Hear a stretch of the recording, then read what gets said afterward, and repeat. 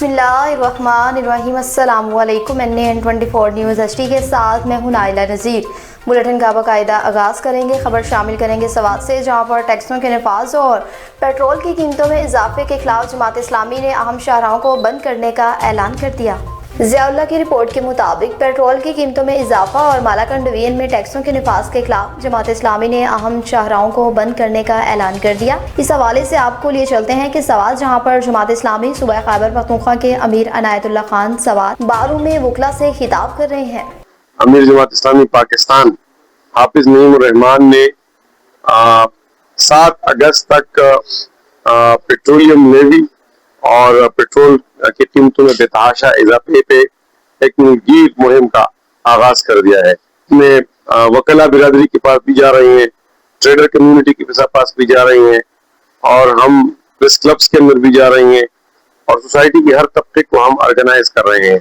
हम उन तमाम लोगों का मुकदमा लड़ रहे हैं, हम उन तमाम लोगों की वकालत कर रहे हैं जो इस वक्त पेट्रोलियम की बेतहाशा ऊपर जाती हुई कीमतों से मुतासिर है। हम ये समझते हैं कि पाकिस्तान के अंदर पेट्रोलियम लेवी के नाम पे पाकिस्तान के लोगों की जेबों पे डाका डाला जाता है। इस साल भी 1700 अरब रुपए मजीद हदफ रखा गया है। इस वक्त के पूरी पड़ोसी ममालिक के अंदर तेल की कीमतें नहीं बढ़ी है। गुज़श्ता एक हफ्ते के दौरान 16% इजाफा पाकिस्तान ने पेट्रोलियम प्रोडक्ट्स के अंदर किया है। हम ये भी वाज़ेह करना चाहते हैं कि पाकिस्तान के अंदर ये पेट्रोलियम डेवलपमेंट सेस और अभी पेट्रोलियम लेवी ये रिफाइनरीज की कायम करने के लिए लिया जाता है।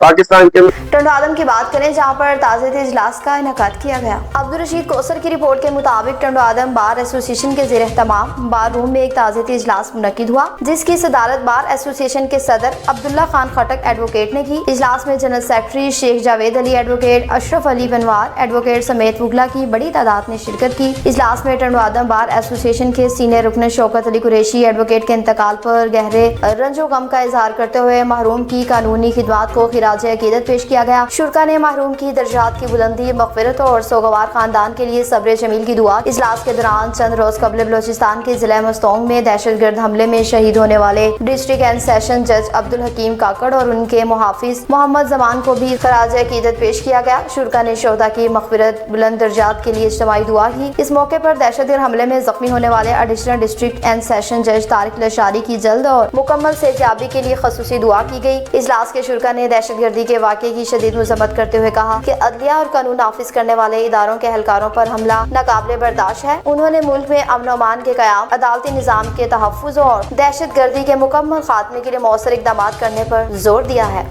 कंबर की बात करें, जहाँ पर ट्रैफिक हादसा पेश आया, नतीजे में 3 अफराद जख्मी हो गए। अली गुल मुगीरी की रिपोर्ट के मुताबिक वगन लाड़काना रोड में इंडस हाईवे कौमी शाहराह गाँव चुविंडा खलवाड़ के करीब तेज रफ्तार कार कल्टी हो गई। 3 अफराद सख्त जख्मी हो गए। वगन के करीब गाँव चुविंडा खलवाड़ में कौमी शाहराह पर कार ड्राइवर के कंट्रोल से निकल कर सामने दरख्त से टकराने से कार में सवार 3 अफराद सख्त जख्मी हो गए। जख्मियों को इलाज के लिए लाड़काना ट्रामा सेंटर मुंतकिल किया गया। जख्मियों की शिनाख्त लाड़काना के रिहायशी फहीम शेख तूर हुई, जो फैमिली के साथ कराची से लाड़काना जा रहे थे। वगन के करीब हादसा पेश आया। ज़राए का कहना है कि हादसा तेज रफ्तारी के बाइस पेश आया। मुस्तफ़ाबाद ललियानी की बात करें, जहाँ पर बिजली की तारें गली में खतरनाक हद तक लटक रही हैं, जो कि बच्चों और बुजुर्गों के लिए खतरे का बाइस बन रही हैं।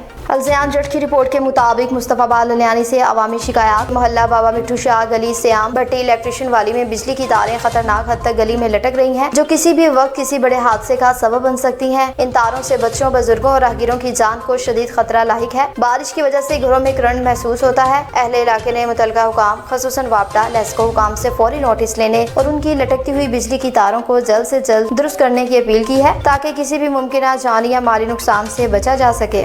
मीरपुर माथेलो की बात करें, जहां पर एडिशनल सेशन जज ने पेस्को के सुप्रीडेंट लाइन को अदालत में तलब कर लिया। आलिम फकीर की रिपोर्ट के मुताबिक सेकंड एडिशनल सेशन जज मीरपुर माथेलो ने पेस्को के लाइन सुप्रीडेंट अमजद नुनारी को अदालत में तलब कर लिया। अदालती कार्रवाई के दौरान इन्हें हथकड़ियां लगाकर लॉकअप में बिठा दिया गया। ज़राए के मुताबिक कुछ देर तक हिरासत में रखने के बाद अदालत के हुक्म पर अमजद नुनारी को रहा कर दिया गया। ताहम फौरी तौर पर यह वाज़ेह नहीं हो सका कि इन्हें किसी मुकदमे या अदालती हुक्म के तहत तलब किया गया था और मुख्तसर हिरासत की वजह से किया था।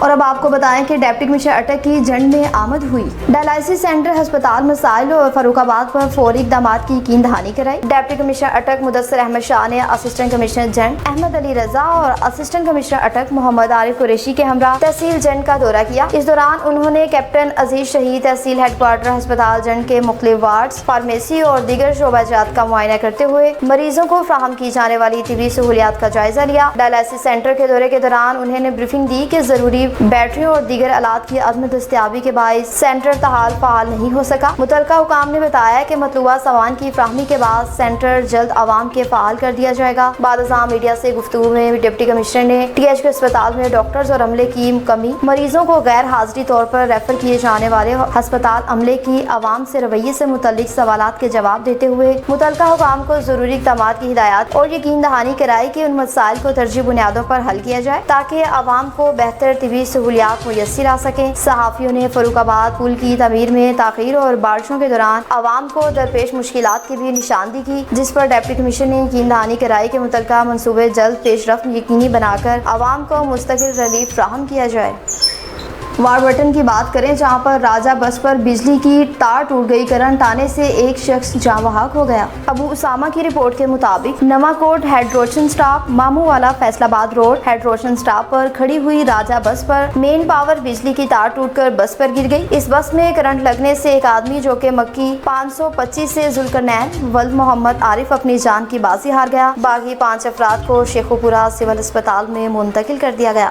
لیاقت پور کی بات کریں جہاں پر دریائے چناب میں پانی کی سطح بلند ہونے پر متعدد بستیاں زیریاب آ گئیں۔